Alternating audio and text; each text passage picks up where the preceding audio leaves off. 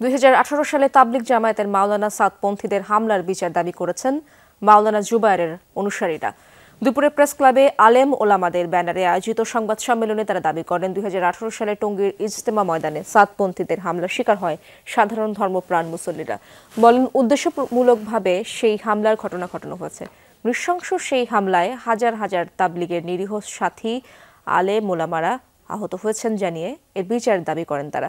সেই সঙ্গে সাদপন্থীরা বিভ্রান্ত উল্লেখ করে তাদেরকে যে কোনো রকম পরিকল্পনা থেকে বিরত রাখার আহ্বান জানানো হয় সংবাদ সম্মেলনে।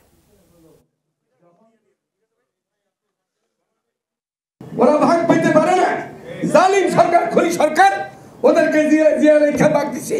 কোরআন ও হাদিসের কাছে আমাদের হাত পা বাঁধা যে আমরা কোরআন হাদিসকে জলাঞ্জলি দিয়ে আমরা তাদের সাথে মিশতে পারি। সাদপন্থী বিভ্রান্ত তাদেরকে আমরা এখনো করজোড়ভাবে আহ্বান করি, আপনারা বিপদ ছেড়ে সঠিক পথে তবলিগ করেন, আপনারা আমাদের ভাই।